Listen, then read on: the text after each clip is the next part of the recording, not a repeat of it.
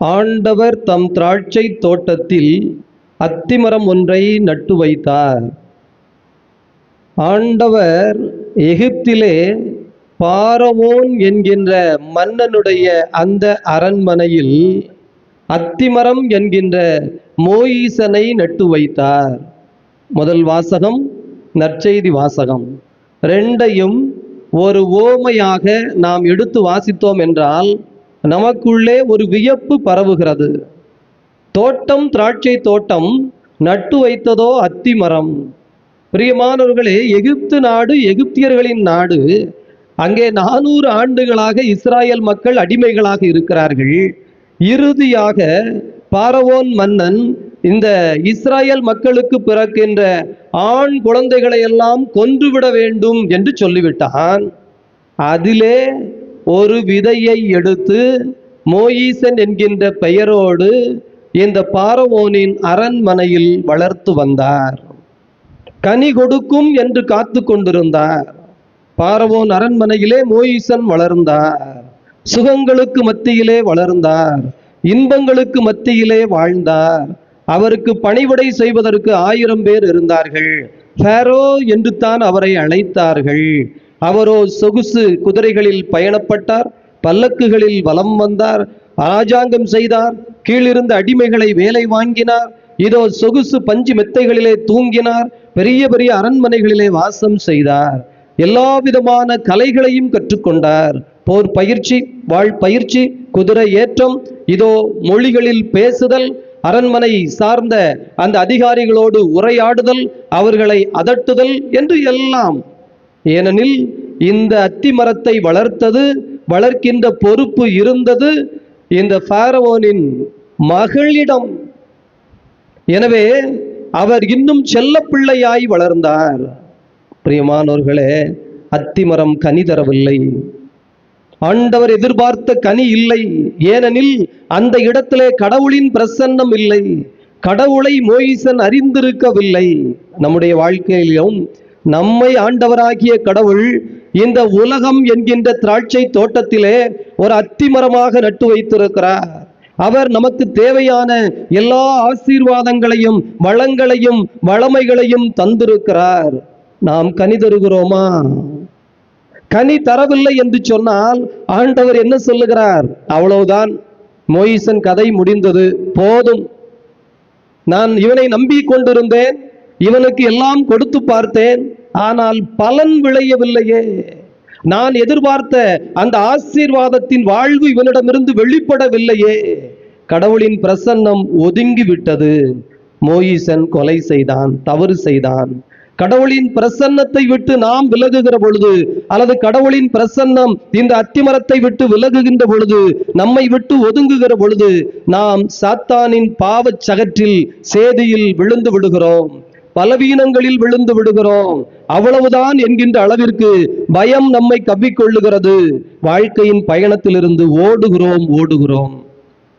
ஊதாரி மைந்தன் ஓடியது போல இந்த மோயிசனும் அந்த இல்லத்திலிருந்து விலகி ஓடினார்.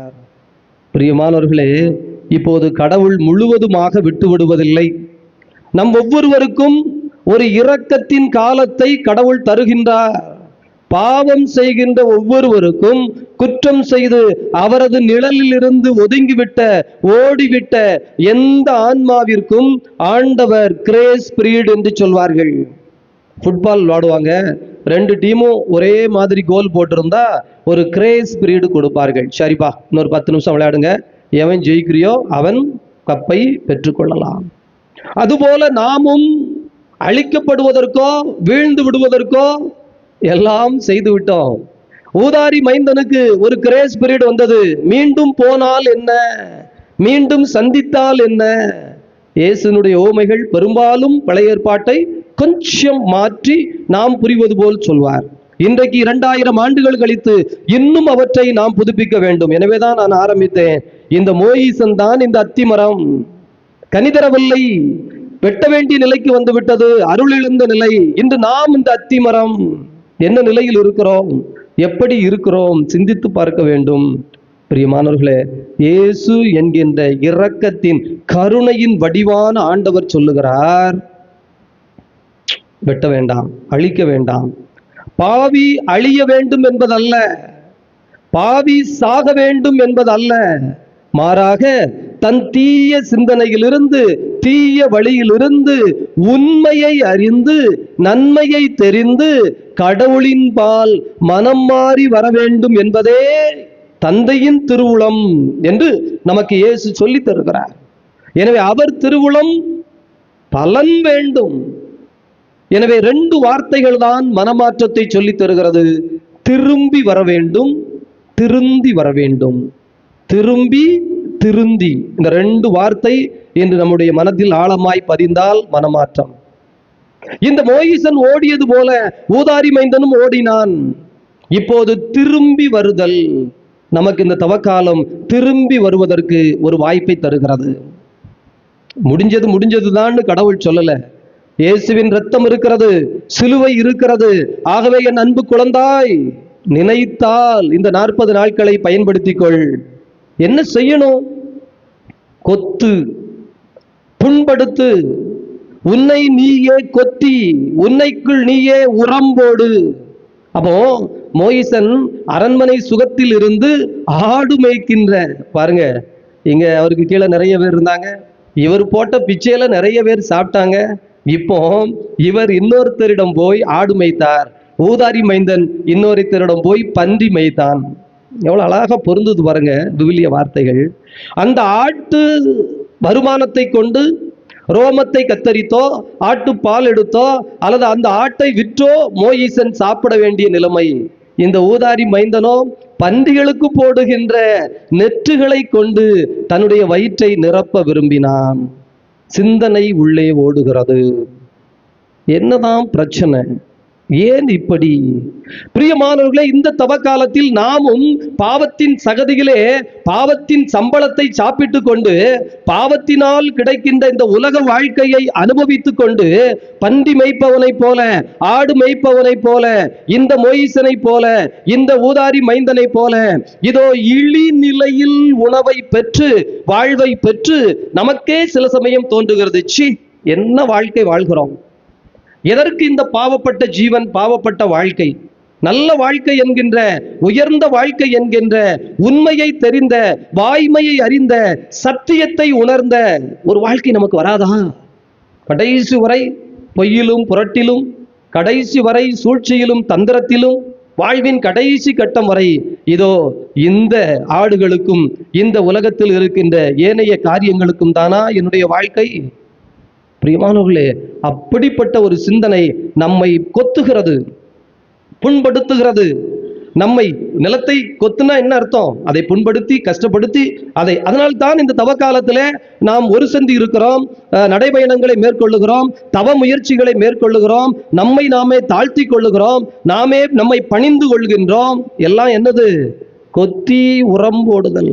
இறை வார்த்தையை வாசிக்கின்றோம் பாருங்க, அதே சமயத்துல கொத்தப்படுவதும் உரம் போடுவதும்.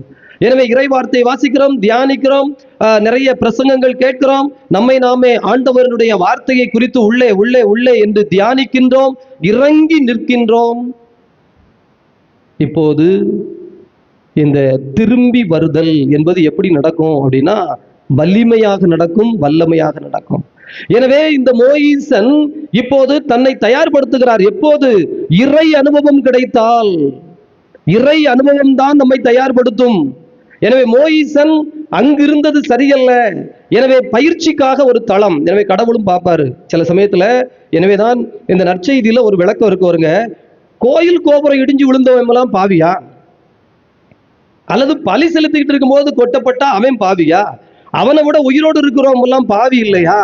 இவன் தான் பெரும் பாவியா அப்படின்னா ஆண்டவர் சொல்லுகிறார், அது அப்படி நீங்க சிந்திக்க கூடாது. அது ஒரு எச்சரிக்கை, அவ்வளவுதான். இப்போ நீங்க ஸ்கூலுக்குள்ள பாருங்க, 100 பசங்க பேசிக்கிட்டே இருப்பான், கொச கொச கொசன்னு. வாத்தியார் சொல்லி சொல்லி பார்ப்பாரு, டேய் பேசாத பேசாத பேசாத பேசாதன்னு சொல்லி சொல்லி பார்ப்பாரு. எல்லாரும் பேசிக்கிட்டே இருப்பான். உடனே என்ன பண்ணுவாரு வாத்தியாரு? ஒரு பையனை ஓங்கி ஒரு அறை கொடுப்பாரு. மொத்த கிளாஸ் ரூம் 100 பேரும் கப்பிச்சுப்புன்னு ஆயிடுவான். இந்த ஒரு அடி வாங்கினாமல ஒரு பையன், அவன் அந்த 100 பேரை விட மோசமான ஆளுன்னு அவன் அடிக்கல. அவரு ஒரு எச்சரிக்கை, அதிலே அவன் இருந்தான், அவ்வளவுதான். எனவே இது அவனை பற்றியதல்ல, அந்த வகுப்பறையை பற்றியது. அதைத்தான் ஆண்டவர் சொல்லுகிறார். கோபுரம் விழுந்து இருந்ததாலோ, பலி செலுத்துகிற பொழுது வெட்டப்பட்டதாலோ என்னமோ அவன் பாவி, அதனால் அவன் செத்தான், அவனை அது கொன்றது, கடவுள் தண்டித்தார் என்பதல்ல. தண்டிக்கின்ற கடவுள் அல்ல, மன்னிப்பின் கடவுள், இரக்கத்தின் கடவுள். எனவே இந்த தவறுகள் அப்ப நடக்கணும் என்ன அர்த்தம்? இன்னொரு விளக்கம் வேணும்னா திருத்தூதர் பணியில போய் பாருங்க. திருத்தூதர் பணியில பாத்தீங்கன்னா பேதுருவை சிறையில தூக்கி போட்டுருவாங்க. சிறையில தூக்கி போட்ட உடனே இரவு விடிய விடிய கூட்டம் உட்கார்ந்து ஜெபிக்கும். இறை மக்கள் ஜெபித்து கொண்டே இருந்தார்கள். ஆண்டவரே, ஆண்டவரே, எங்கள் திருச்சபையினுடைய தலைவர் பேதுரு அல்லவா, ஐயோ அவரை சிறையில் போட்டிருக்கிறார்களே, கொண்டு விடக்கூடாதே, ஆண்டவரே காப்பாத்துன்னு விடிய விடிய ஜெபம். இவர்கள் ஜெபித்து கொண்டிருந்தார்கள். சிறையில் கிடந்த பேதுரு, அங்கே வானதூதர் வெளிச்சமா வருவாரு, சங்கிலாம் உடைஞ்சிரும். என்ன நடக்குன்னு பேதுருவுக்கு தெரியாது. பேதுருவை கையை பிடிச்சு கூட்டிட்டு எங்க வரைக்கும்? வீட்டு வாசல்ல கொண்டாந்து விட்டுட்டு வானதூதர் போயிருவாரு. பேதுரு தன்னலை உணர்ந்து, ஐயோ வீட்டு வாசல்ல நிக்கிறோம் அப்படின்ட்டு கதவை தட்டுவாரு. உள்ள இருக்கவங்க ஜெபிச்சு கொண்டு இருந்தவங்க, ஐயோ பேதுரு வந்து விட்டாருன்னு துள்ளி குதித்து மகிழ்ந்து, ஏ அப்பா கடவுள் காப்பாத்தினார்னு அந்த சீனை பாத்தீங்கன்னா அப்படியே மெய் சிலிர்க்கும். அப்போ பேதுரு சொல்லுவார், கடவுள் எவ்வளவு நன்மை செய்தார் தெரியுமா? உடனே அங்க இருந்தவங்க சொல்லுவாங்க, நாங்கெல்லாம் உங்களுக்காக எவ்வளவு ஜெபம் பண்ணோம் தெரியுமா? பிரியமானவர்களே, அதுக்கு முன்னாடி ஒரு ரெண்டு வரியை நீங்க வாசிக்கணும். இது பெரிய நரேஷன் பாத்தீங்கன்னா, ஒரு 2 பாராகிராஃபுக்கு அப்படி அப்படி அப்படி அப்படி அப்படி அப்படி ஃபீலிங்கா இருக்கும். அதுக்கு முன்னாடி ஒரு 2 வரி இருக்கும். என்ன வரி தெரியுமா? ஏரோது யாக்கோபை வாளால் வெட்டி கொண்டான், இது யூதர்களுக்கு மகிழ்ச்சி அளித்ததை கண்டு பேதுருவை பிடித்து சிறையில் போட்டான். அப்போ யாக்கோபும் இயேசுவினுடைய சீடர் தானே. பேதுருவை காப்பாற்றிய கடவுள் ஏன் யாக்கோபை காப்பாத்தல அப்படின்னு யோசித்தீங்கன்னா, யாக்கோபுவினுடைய சம்பவத்திற்கு பிறகுதான் சீடர்களுக்கு மண்டையில தட்டுது, ஐயோ மாட்டிக்கிட்டா செத்தோம். அது முன்னாடி பாத்தீங்கன்னா கூட்டு போவாங்க, அடிப்பாங்க, அடிச்சு அனுப்பிடுவாங்க. சீடர்கள் சந்தோஷப்படுவாங்க, கடவுளுக்காக அடி வாங்கணும் தெரியுமா அப்படின்னு போதிப்பாங்க. எல்லாம் நடக்கும். ஆனா யாக்கோபு வாளால் சாவார்னு யாரும் எதிர்பார்க்கல. செத்த பிறகுதான் மண்டையில உரைச்சுது, ஐயையோ ஒரு சீடர் போயிட்டாரு. 3 சீடர்கள் முக்கியமானவர்கள், யாக்கோபு, யோவான், பேதுரு. இதுல யாக்கோபை கொன்னாச்சு, ஐயையோன்னு 2 பேர் இருக்காங்க. இவங்க 2 பேரையாவது நம்ம நல்லபடியா காக்கணும்னா கடவுளே கடவுளே கடவுளே கடவுளேன்னு வளர்ந்தான். பிரியமானவர்களே, எனவே இந்த தவ காலத்திலே நம்மை நாமே இதோ எல்லா விதமான சோதனைகளுக்கும், பாடுகளுக்கும், துன்பங்களுக்கும், துயரங்களுக்கும், இதோ நடை பயணங்களுக்கும், இந்த ஒரு சந்திகளுக்கும், அல்லது சித்தன போசனங்களுக்கும், அல்லது இந்த தியானத்திற்கும் நாள் முழுவதும் இறைவனே இறைவனே இறைவனே இறைவனே என்று நம்மை நாமே உட்படுத்திக் கொள்வது எதற்காகவென்றால், இந்த ஆசிரை உணர்வதற்கு, இறை அனுபவத்தை பெறுவதற்கு. God experience. அந்த கடவுள் அனுபவம் வந்தாச்சுன்னா 2 விஷயம் நமக்கு நடந்துரும். திரும்பி விடுவோம். எங்க திரும்புவோம்? திரும்ப தந்தைட்டு தான் வருவோம். இப்ப பாருங்க, ஊதாரி மைந்தன் திரும்ப வருவான். திரும்ப வந்த உடனே அவன் சொல்லுவான், ஐயோ பாவம், நான் உங்க வேலையாளா இருந்துக்கிறேன் அப்படின்னு. உடனே இவன்லாம் வேலையாளா, என் பையன்டா அப்படின்னு அவனுக்கு செருப்பு போடுன்னு இயேசு சொல்லுவாரு. ஆனா இங்க பாத்தீங்கன்னா, கடவுளை கண்ட உடனே மோயிசன் தயங்கி நிற்கிறார். ஐயோ கடவுளை எப்படி பாக்குறதுன்னு கடவுள் சொல்லுவாரு, செருப்பை கலத்து அப்படிம்பாரு. அங்க செருப்பை போடு அப்படின்னாரு, இங்க செருப்பை கலத்துன்னு ஏன் சொன்னார் தெரியுமா? மோயிசன் ஓடி வரும்போது பார்வோன்ட்ட எல்லாத்தையும் விட்டுட்டாரு. பிரியமானவர்களே, இந்த தவக்காலத்திலே விட வேண்டியதை விடலன்னா நம்ம இன்னும் திரும்ப முடியாது. விட்டே ஆக வேண்டும். இந்த புத்திக்குள் கிடக்கின்ற கழிவுகளை, இந்த உள்ளத்தில் இருக்கின்ற அழுக்குகளை, ஆன்மாவில் இருக்கின்ற பாவங்களை, இந்த உடல் சுமந்து கொண்டிருக்கின்ற இதோ இச்சைகள் என்று சொல்லப்படுகின்ற பலகீனங்கள் என்று சொல்லப்படுகின்ற துர் ஆசைகளை இதெல்லாம் தூர விடணும். இதை அள்ளி தூர போட்டா தான் உள்ள வர முடியும். அப்பத்தான் அந்த இறை அனுபவம் திரும்பி வந்ததாகவும் இருக்கும். இல்லைன்னா சும்மா வந்ததா இருக்கும். இப்ப இந்த மோயிசன் என்ன பண்றாரு? பார்வோன்ட்ட இருந்து ஓடி வந்துட்டாருல, ஓடி வரும்போது எல்லாத்தையும் போட்டு வந்துட்டாரு. ஆனா செருப்பு மட்டும் கலத்தல. ஏன்னா ஓடி வரும்போது பயன்பட்ட செருப்பு, அந்த செருப்பு இருக்கிறது வரைக்கும், அந்த செருக்கு இருக்கிறது வரைக்கும், அந்த ஆணவம் இருக்கிறது வரைக்கும், அந்த புத்தி இன்னும் ஒட்டிக்கிட்டு இருக்கிறது வரைக்கும் மோயிசனுக்கு என்ன அப்படின்னா, என்ன இருந்தாலும் 40 வருஷம் நான் ஒரு அரசன், பார்வோன், டே செருப்ப கலத்து, வானவத்திலிருந்து கூறவா இறங்கு, புறப்படு, பூமியை உணர்ந்து பார், நீ நிற்கின்ற இடமே பரிசுத்த பூமி, நான் உன்னோடு இருக்கிறேன், அந்த செருப்பை கழட்டி விட்டு என்னை நீ தொடு. பிரியமானவர்களே, அது ரொம்ப முக்கியம். அந்த தொடுதல் நடந்த நிமிடத்தில் மோயிசன் முற்றிலும் மாறிவிட்டார். இங்கே ஊதாரி மைந்தனுக்கு மீண்டும் அந்த ஆசீர்வாதம் கொடுக்கப்பட்ட பொழுது அவன் தான் தந்தையின் பிள்ளை என்பதை உணர்ந்தான். யார் கொடுத்தா? தந்தை கொடுக்கணும். கடவுள் உங்களுக்கு தருவார் வலிமையை, வல்லமையை. கடவுள் உங்களுக்கு தருவார் ஆசீர்வாதத்தை. கடவுள் உங்களுக்கு தருவார் என்ன செய்ய வேண்டும் என்று. அப்போ என்ன மனமாற்றம் மோயிசனுக்கு நடந்ததுன்னா, அங்க ஒருத்தனை கொன்னான். கொன்னதுனால சரியாயிருமா? இஸ்ரேல் மக்களுடைய பிரச்சனை தீர்ந்துருமா? எத்தனை பேரை கொல்ல முடியும்? நீங்க எத்தனை பேரை தண்டிக்க முடியும்? நீங்க எத்தனை பேரை பகைத்து கொண்டு அல்லது இதே மாதிரி தீமையை செய்து கொண்டு வாழ்ந்து விட முடியும்? மோயிசன் செய்தது தவறு. அப்பதான் இயேசுநாதர் பேதுருட்ட சொல்வார், வாளை எடுத்த உடனே, தம்பி வாளை உரையில் போடு, எனக்கு தேவைப்பட்டா வானத்திலிருந்து என் தந்தை வான தூதர்களை அனுப்புவார், எதிர்த்து எவனும் நிற்க முடியாது. ஆனா வாழேந்துவதல்ல நம்முடைய நோக்கம், வாளெடுப்பதல்ல நம்முடைய வருகையின் நோக்கம். வருகையின் நோக்கம் கருணை, இரக்கம். ஆகவேதான் இந்த மோயிசன் கொலை செய்தது தவறு. இப்ப கடவுள் அவருக்கு ஒரு விழிப்புணர்வு கொடுத்தார். என்ன விழிப்புணர்வு? ஆஹா, இந்த கொலை அல்ல, விடுதலை, மீட்பு. எனவே எகிப்து மன்னனிடம் போக வேண்டும், பார்வோனிடம் பேசி கடவுளுக்காக இந்த மக்களை விடுதலை கொண்டு வர வேண்டும். எவ்வளவு பெரிய மனமாற்றம் பாருங்க. அதை செய்ய முடியுமா? ஆண்டவரே, நான் திக்குவாய், எனக்கெல்லாம் முடியுமா? நான் உனக்கு ஆற்றல் தருகிறேன், நான் உன்னோடு இருக்கிறேன், உன்னை விடுவிக்கும் கடவுள் நானே, உன்னை அனுப்புகிறவர் நானே, உன்னை எதிர்த்து எவனும் நிற்க முடியாது. நீ இப்போது காய்க்கின்ற அத்திமரம், உன்னை பாதுகாக்க வேண்டிய கடமையும் பொறுப்பும் எனக்கு இருக்கிறது. பிரியமானவர்களே, பைபிளை அப்படியே உள்ள இறங்கி தியானிச்சோம்னு வச்சுக்கோங்களேன், நம்ம எரியாத பரவச நிலைக்கு அது நம்மை கொண்டு போய் சேர்க்கும். எனவே ஆண்டவர் அத்திமரமாய் நம்மை நட்டு வைத்திருக்கிறார். உலகம் என்கின்ற திராட்சை தோட்டத்திலே கொத்துகிற பொழுது, உரம் போடுவதற்கு தயாராக அவர் நம்மை தயாரிக்கின்ற பொழுது தயாரிப்புகளை ஏற்றுக்கொள்வோம். அவமானம், அசிங்கம், வருத்தம், வலி, வேதனை, துன்பம், சிலுவை, ஏமாற்றம், துரோகம், பாடுகள், அல்லது இன்னும் இந்த உலகத்திலே நீங்கள் என்னெல்லாம் சந்தித்துக் கொண்டிருக்கிறீர்களோ அத்தனையும் அத்தனையும் அத்தனையும் அத்தனையும் இந்த தவ காலத்திலே என்னென்ன காரியங்கள் எல்லாம் உங்களுக்கு எடுத்துக்கொண்டிருக்கிறீர்களோ அத்தனையும் மோயிசன் சந்தித்தார். இயேசு கிறிஸ்து சிலுவை சுமந்துக்கும் போது அப்பா, அவர் சந்திக்காத சந்திப்பா? ஆனால் விடுதலை வந்தது. அந்த ஊதாரி மைந்தன் மீண்டும் வந்து தந்தையோடு இணைந்தது போல நாமும் இணைந்து விட வேண்டும். எனவேதான் இயேசு உயிரை கொடுக்கிற பொழுது கூட என்ன சொல்வார்? தந்தையே, உம் கையில் என் ஆவியை ஒப்படைத்து விடுகிறேன், நீர் தான் என்னை அனுப்பினீர், உம்மிடமிருந்து வந்தேன், உம்மிடமே சரணடைந்தேன். பிரியமானவர்களே, கடவுளை மையப்படுத்திய, கடவுளுக்கு பலன் தருகின்ற வாழ்வை மையப்படுத்திய, எனவே மோயிசன் போல ஆட்டிலிருந்து வருமானமோ அல்லது இந்த ஊதாரி மைந்தனை போல இந்த இழிநிலை வேலைகளில் இருந்து வாழ்வோ அதெல்லாம் இல்லை.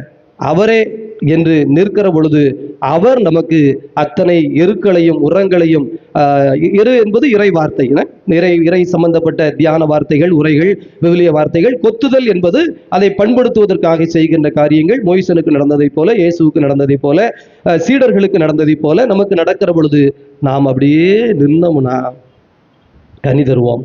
அப்படியே ஜெபிப்போம். கண்களை மூடி ஒரு நிமிஷம் ஆண்டவர்கிட்ட ஒப்பு கொடுங்க. பிரியமானவர்களை, என்ன கேட்டாலும் சாத்தான் சில சமயத்தில் எடுத்துட்டு போயிடுவான். ஏதோ அந்த விதை, விழுந்து கிடந்த விதையை பறவை வந்து கொத்தி போனது போல பல சமயங்களில் கொத்தி போட்டுருவான். எனவே தயவு செய்து அப்படியே ஆண்டவர்கிட்ட ஒப்பு கொடுத்துருங்க. இயேசுவே, இயேசுவே, இயேசுவே, இயேசுவே, இயேசுவே, இந்த தகப்பனே, ஒரு பெரிய காரியத்தை எங்களுக்கு வெளிப்படுத்தி இருக்கிறீர். இதோ நாங்கள் இந்த மோயிசனை இந்த அத்திமரத்தோடு ஒரு நாளும் சிந்தித்து பார்த்ததில்லை. நாங்களே ஒரு அத்திமரம் போலத்தான், ஆனால் பலன் தருகிற அத்திமரமாய் இருக்கிறோமா என்கின்ற கேள்வியை இந்த நேரத்தில் எங்களுக்கு எழுப்பினீரே. ஆசீர்வாதத்தின் தகப்பனே, நாங்கள் தயாராக இருக்கிறோம். நாங்கள் உம்முடைய பிள்ளையாக இருக்கிறோம். இந்த தவ காலத்தில் நிறைய காரியங்களை, நிறைய தவ முயற்சிகளை உமது பாதத்திலே நம்பிக்கையோடு கொடுக்கிறோம்.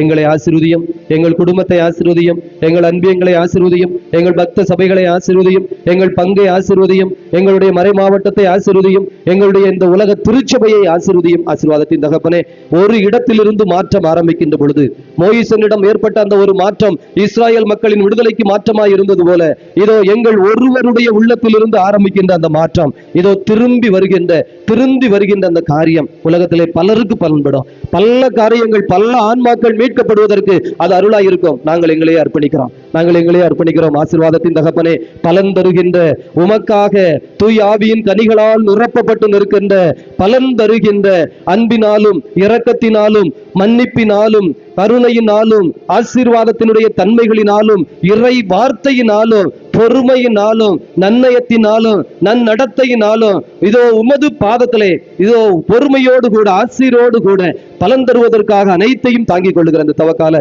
காரியங்களை நாங்கள் உமக்கு ஒப்புக் கொடுக்கிறோம். இந்த தவ காலத்திலே ஒவ்வொரு குழந்தைகளையும் ஆசீர்வதியும். ஆசீர்வாதத்தின் தகப்பனே, குறிப்பாக இதோ 11ஆம் வகுப்பு 12ஆம் வகுப்பு குழந்தைகள் தங்கள் தேர்வுகளை முடிக்க இருக்கின்ற நேரத்திலே 10ஆம் வகுப்பு குழந்தைகள் இந்த வாரத்திலே தங்கள் தேர்வுகளை தொடங்குகிறார்கள். ஆசீர்வாதத்தின் தகப்பனே, கல்வி எங்களுக்கு மிக முக்கியமான ஒன்று. எங்களுடைய பள்ளியில் கூட ஏதோ இந்த வாரத்திலே ஆண்டு விழாவை சிறப்பான முறையில் நாங்கள் நடத்த இருக்கிறோம். ஆசீர்வாதத்தின் தகப்பனே, கல்விக்காக ஜெபிக்கிறோம். இதோ மோயிசனுக்கு இதோ ஒரு சிந்தனை தெளிவு கிடைத்தது போல, ஊதாரி மைந்தனுக்கு ஒரு சிந்தனை தெளிவு கிடைத்தது போல வாழ்விலே கல்வியினால் உயர முடியும். கல்வி என்கின்ற ஒரு ஆசீர்வாதத்தினால் இதோ எங்கள் ஊர், எங்கள் பங்கு, எங்களுடைய இந்த திருச்சபை, இந்த உலகம், இந்த நாடு என்று எல்லாம் எழுந்து கொண்டாட முடியும். ஆசீர்வாதத்தின் தகப்பனே, அந்த அருளை, அந்த ஆசீரை நீர்தாமே சிறப்பான முறையில் உங்கள் அன்பு குழந்தைகளுக்கு எங்களுக்கு இந்த நாளிலே தாரும். எங்கள் தலைவர் பாப்பரசர் அவர்களுக்கு தேவையான உடல் சுகத்தை மிக விரைவிலே நீர் ஏற்படுத்தி தாரும். இதோ நோய் நொடியோடு இருக்கிற அத்தனை பேருக்காகவும் ஜெபிக்கிறோம். குறிப்பாக அனாதைகள், யாருமற்றவர்களுக்காகவும் ஜெபிக்கிறோம். ஆசீர்வாதத்தின் தகப்பனே, இந்த உலகத்திலே இதோ உடல் ஊனமுற்றவர்களுக்காக ஜெபிக்கிறோம். விதவைகளுக்காக ஜெபிக்கிறோம். இதோ கைவிடப்பட்ட சிறு குழந்தைகளுக்காக ஜெபிக்கிறோம். ஆசீர்வாதத்தின் தகப்பனே, இவர்கள் எல்லோரும் பலகீனர்கள். இந்த பலகீனர்களை நீரே தொட்டு ஆசீர்வதித்து எழுப்பி அவர்களை கொண்டு பெரும் காரியங்களை செய்யும். தாய் தந்தையை விட்டுவிட்ட மோயிசனை கொண்டு நீர் இஸ்ராயல் மக்களையே மீட்டு கொண்டு வரவில்லையா? ஆசீர்வாதத்தின் தகப்பனே, அப்படிப்பட்ட ஒரு ஆறுதல் ஆசீர் எங்கள் மத்தியிலும் எங்கள் உள்ளங்களிலும் நிறைந்து இருப்பதாக. ஆமென்.